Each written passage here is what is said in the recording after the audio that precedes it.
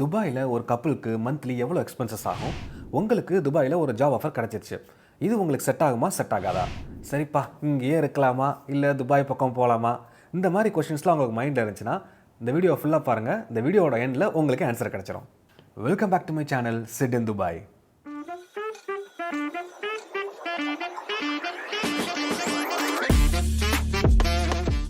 துபாயில் ஒரு கப்பலுக்கு மந்த்லி எவ்வளோ எக்ஸ்பென்சஸ் ஆக போகுது அப்படின்றத அந்த வீடியோவில் பார்க்க போகிறோம்.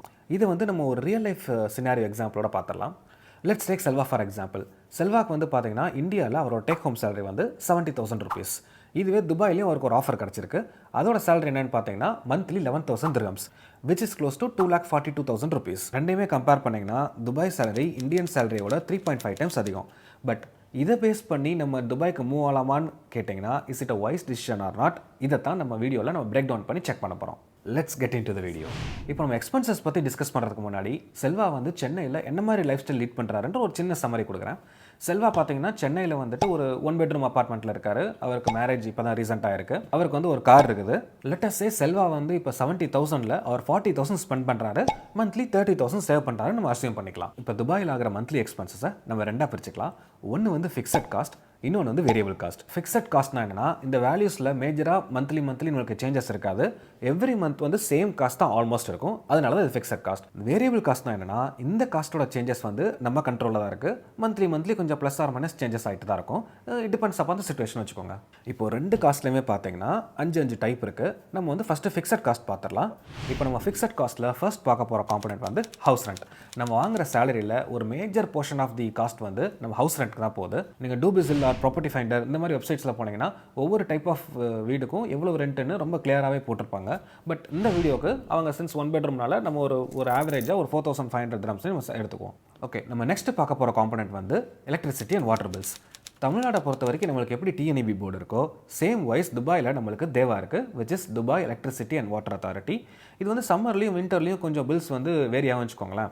ஆவரேஜாக பார்த்தீங்கன்னா 600லேருந்து 900க்குள்ளே நம்மளுக்கு வந்து எலக்ட்ரிசிட்டி பில் வேரி ஆகிட்டே இருக்கும். நம்ம ஆவரேஜாக ஒரு 700 திரம்ஸ் எடுத்துக்கலாம். நம்ம இப்போ ரெண்ட் அண்ட் யூட்டிலிட்டி பில்ஸ் பார்த்துட்டோம். நம்ம நெக்ஸ்ட் பார்க்க போகிற மேஜர் காஸ்ட் வந்து வைஃபை அண்ட் மொபைல் பில்ஸ். இந்தியாவில் பார்த்தீங்கன்னா இப்போ நம்மளுக்கு ஜியோ, வோடஃபோன், ஏர்டெல் இந்த மாதிரி நிறைய ப்ரொவைடர்ஸ் இருக்காங்க. பட் துபாயில் வந்து நம்மளுக்கு ரெண்டு ப்ரொவைடர் தான் இருக்காங்க. ஒன்று எட்டிசெலட், இன்னொன்று டூ. யூஸ்வலாக துபாயில் வந்து வைஃபை அண்ட் மொபைல் பில்ஸ் வந்து கொஞ்சம் காஸ்ட்லியாக தான் இருக்கும். Because of the fact that Dubai is the second most expensive country in this field. நம்ம எட்டிசெலட் டூ வெப்சைட்டில் பார்த்தாலே தெரியும். இருக்கிறதுலே ஒரு பேசிக் வைஃபை வந்து it starts at 300 dirhams per month. And mobile bills பார்த்தீங்கன்னா நம்ம கப்பலுக்கு நம்ம பார்க்கறதுனால நம்ம பேசிக் பிளான் எடுத்துக்கலாம். Basic plan it starts at 50 dirhams. So 2 பேருக்கு வந்து 100 dirhams. இப்போ வைஃபை பார்த்தீங்கன்னா நம்மளுக்கு 300 dirhams ஆகுது. அண்ட் மொபைல் பார்த்தீங்கன்னா 2 பேருக்கு 100 dirhams ஆகுது. நெக்ஸ்ட் நம்ம காரோட காஸ்ட் பார்க்க போகிறோம். துபாயில் வந்து எல்லா ப்ரைஸ் ரேஞ்சிலும் நம்மளுக்கு கார்ஸ் கிடைக்கும். அஸ்யூமிங் நம்ம ஒரு பேசிக் கார் வாங்குறோம் வச்சுக்கோங்களேன். அது வந்து it will range between 1,000 to 1,500 dirhams. நம்ம ஆவரேஜாக வந்து 1,200 வச்சுக்கலாம். ப்ளஸ் இதுக்கு ஃபியூவலும் நம்ம போடணும். ஃபியூவலோட காஸ்ட் வந்து மந்த்லி ஒரு 600 to 800 dirhams வரும். நம்மளும் ஒரு இருக்கிறதுலே மினிமல் காஸ்ட்டாக ஒரு 600 dirhams எடுத்துக்கலாம். இப்போ நம்ம வந்து ஃபிக்ஸட் காஸ்ட் எல்லாமே பார்த்துட்டோம். ஃபிக்ஸட் காஸ்ட் பார்த்தீங்கன்னா டோட்டலாக இப்போ நம்மளுக்கு 7,400 dirhams ஆகுது, which is close to 1.62 lakhs in INR. இந்த ஃபிக்ஸட் காஸ்ட் பார்த்துட்டு என்னடா துபாயில் இவ்வளோ செலவாகுதுன்னு நினைக்கலாம். பட் இதெல்லாம் வந்து நான் செல்வாவோட இந்தியன் லைஃப் ஸ்டைலை மேட்ச் பண்ணுறதுக்கு நான் எடுத்துக்கிட்ட காஸ்ட். பட் இதை நீங்கள் காஸ்ட் எப்படி குறைக்கலாம்னா நீங்கள் 1 பெட்ரூம் வேண்டாம், எனக்கு ஸ்டுடியோ அப்பார்ட்மெண்ட்டே போதும் அப்படின்னா இதோட காஸ்ட் கண்டிப்பாக குறையும். ப்ளஸ் உங்களுக்கு எனக்கு கார் வேண்டாம், நான் பப்ளிக் டிரான்ஸ்போர்ட்டேஷனே நான் எடுத்துக்கிறேன் அப்படின்னு சொன்னீங்கன்னா 2,000 to 2,500 dirhams வந்து இந்த ஃபிக்ஸட் காஸ்ட்லேயே கம்மியாகிறதுக்கு சான்சஸ் இருக்குது. இப்போ ஃபிக்ஸட் காஸ்ட்லாம் முடிஞ்சிச்சு. Let's get into variable cost. இதுலேயும் நம்மளுக்கு 5 டைப் இருக்குது. நம்ம ஒன்று வேணால் பார்க்கலாம். வேரியபிள் காஸ்ட்டில் நம்ம ஃபர்ஸ்ட் பார்க்க போகிற காஸ்ட் வந்து கிராசரிஸோட காஸ்ட். துபாயில் வந்து நீங்கள் கிராசரிஸ் வந்து நீங்கள் வாங்குற இடத்த பொறுத்து ப்ரைஸ் வந்து சேஞ்ச் ஆகும். நீங்கள் சூப்பர் மார்க்கெட்லேயும் வாங்கலாம், ஆன்லைன்லேயும் வாங்கலாம். பட் நம்ம இப்போ ஒரு கப்பலுக்கு வந்து ஒரு 700 dirhams ஆவரேஜாக ஆகுது நம்ம கன்சிடர் பண்ணிக்கலாம். நம்ம கிராசரிஸோட காஸ்ட்லாம் பார்த்துட்டோம். நம்ம எல்லா நாளும் வீட்டில் சமைக்க மாட்டோம். கண்டிப்பாக வந்து வெளியில் எவ்ரி வீக்கெண்ட் நம்ம ரெஸ்டாரண்ட் போய் சாப்பிடுவோம். ஸோ இங்கே ரெஸ்டாரண்ட் பார்த்தீங்கன்னா ஒரு கப்பலுக்கு ஆவரேஜாக ஒரு டைம் சாப்பிட்றதுக்கு 100 to 150 dirhams செலவாகும். ஸோ 1 மந்த்துக்கு எவ்வளோ ஆகும்னு பார்த்தீங்கன்னா அப்ராக்சிமேட்லி ஒரு 500 dirhams ஆகும். நெக்ஸ்ட் நம்ம பார்க்க போகிறது வந்து ஹோம் ஐட்டம்ஸோட காஸ்ட். ஜென்ரலாக நம்ம வாங்குற வாஷிங் பவுடர், அப்புறம் ஷாம்பு, அப்புறம் வீட்டுக்கு தேவையான சின்ன ஐட்டம்ஸ், இதுக்கெல்லாம் சேர்த்து நம்ம ஒரு 200 dirhams நம்ம எடுத்துக்கலாம். ஸோ துபாய் வந்ததுக்கப்புறம் நம்ம கண்டிப்பாக எல்லா நாளும் வீட்டில் இருக்க மாட்டோம். வீக்கெண்டான மூவிஸ் போவோம், அப்புறம் நிறைய டூரிஸ்ட் ஸ்பாட்ஸ் போவோம். இந்த மாதிரி பிளேசஸ் போகிறதுக்கு என்ட்ரி டிக்கெட்ஸ்லாம் இருக்கும். இதெல்லாம் சேர்த்து நம்ம ஒரு என்டர்டைன்மெண்ட் காம்பனெண்ட்டில் வச்சுக்கலாம். அஸ்யூமிங் இதுக்கு ஒரு 400 dirhams per month செலவாகுன்னு வச்சுக்குவோம். நம்ம கடைசியாக மிஸ்சலேனியஸ் காஸ்ட்னு ஒரு காம்பனெண்ட் வச்சுக்கலாம். இதில் என்னென்ன மாதிரி காஸ்ட்லாம் வரும்னா, இப்போ நம்ம ஒரு சலூன் போகிறோம், அப்புறம் எமர்ஜென்சி ஒரு மெடிக்கல் எக்ஸ்பென்ஸ் வருது, இப்போ வீட்டில் வந்து ஏதாவது ஒரு பொருள் ரிப்பேர் ஆகிடுச்சு, அதுக்கு நம்ம டெக்னீஷியன் கூப்பிட்றோம், அப்புறம் வந்து ஃபர்னிச்சர்ஸ் மூவ் பண்ணுறோம். இந்த மாதிரி சின்ன மிஸ்சலேனியஸ் காஸ்ட்லாம் வந்து நம்ம ஒரு 800 dirhams எடுத்துக்கலாம். ஓகே, இப்போ டோட்டலாக நம்ம வேரியபிள் காஸ்ட்லாம் பார்த்தீங்கன்னா 2600 dirhams ஆகுது. இது எல்லாமே நம்ம கண்ட்ரோலில் தான் இருக்குது. இப்போ நம்மளுக்கு பெருசாக நம்ம வெளியே போக மாட்டேன், நான் ரொம்ப செலவு பண்ண மாட்டேன்னா நம்ம என்டர்டைன்மெண்ட் காஸ்ட்டை கம்மி பண்ணலாம். நம்ம ரெஸ்டாரண்ட் எனக்கு வெளியே போகிறதுலாம் பிடிக்காது, நான் வீட்டிலேயே சமைச்சிக்கிறேன்னா நம்ம ரெஸ்டாரண்ட் காஸ்ட்டை கம்மி பண்ணலாம்.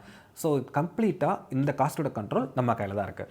இப்போ பார்த்தீங்கன்னா நம்மளோட fixed cost and variable cost ரெண்டும் சேர்ந்தே நம்மளுக்கு 10,000 dirhams ஆயிடுச்சு, which is equivalent to 2,20,000 INR. இப்போ ஸ்டார்டிங்கில் பேசின மாதிரி செல்வாக்கு வந்து துபாயில் 11,000 சேலரி, பட் இங்கே அவரோட காஸ்ட்டே 10,000 ஆயிடுது அண்ட் இவர் 1,000 dirhams தான் இப்போ அவரால் சேவ் பண்ண முடியுது. இப்போ இந்தியாவில் அவர் ஆல்ரெடி 30,000 rupees சேவ் பண்ணிட்டு இருக்காரு, பட் இங்கே பார்த்தீங்கன்னா அவரால் 1,000 dirhams தான் சேவ் பண்ண முடியுது, which is equivalent to 22,000. இப்போ உங்களுக்கே தெரியும், is it a wise decision to make or not? And one more thing, இதில் ஒரு 2 times ஒரு இந்தியாவுக்கு போயிட்டு வரான்னு வச்சுக்கோங்களேன், அந்த காஸ்ட்டையும் நம்ம கம்மி பண்ணால் this is definitely not a wise decision to make. Okay, இப்போ நம்ம வேறு சேலரி ரேஞ்சுக்கு நம்ம கம்பேர் பண்ணலாம். லெட்ஸ் சே செல்வாக்கு வந்து 13,000 dirhamsல இன்னொரு ஆஃபர் கிடைக்குது. இந்தியாவில் வந்து அவர் எவ்வளோ சேவ் பண்ணுறாரு, 30,000 rupees சேவ் பண்ணுறாரு. இங்கே அவரால் இப்போ 3,000 dirhams அடிஷனலாக சேவ் பண்ண முடியும், which is equivalent to 66,000 Indian rupees. Almost இந்தியாவோட இங்கே டபுளாக சேவ் பண்ணுறாரு.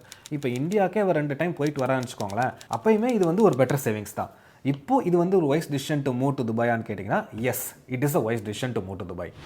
ஸோ இந்த வீடியோ பார்த்தோன்னே உங்களுக்கே ஒரு ஐடியா வந்திருக்கும், துபாயில் ஒரு கப்பல் மூவ் ஆகிறதுக்கு எவ்வளோ எக்ஸ்பென்சஸ் தேவைப்படும்ட்டு. இப்போ ஒரு ஜாப் ஆஃபர் உங்களுக்கு துபாயில் கிடைக்குதுன்னா அதை அக்செப்ட் பண்ணலாமா வேணாமா இப்படின்ற அனலைஸ் பண்ணுற டெக்னிக்கும் உங்களுக்கு இந்த வீடியோவில் கண்டிப்பாக கிடச்சிருக்கும்.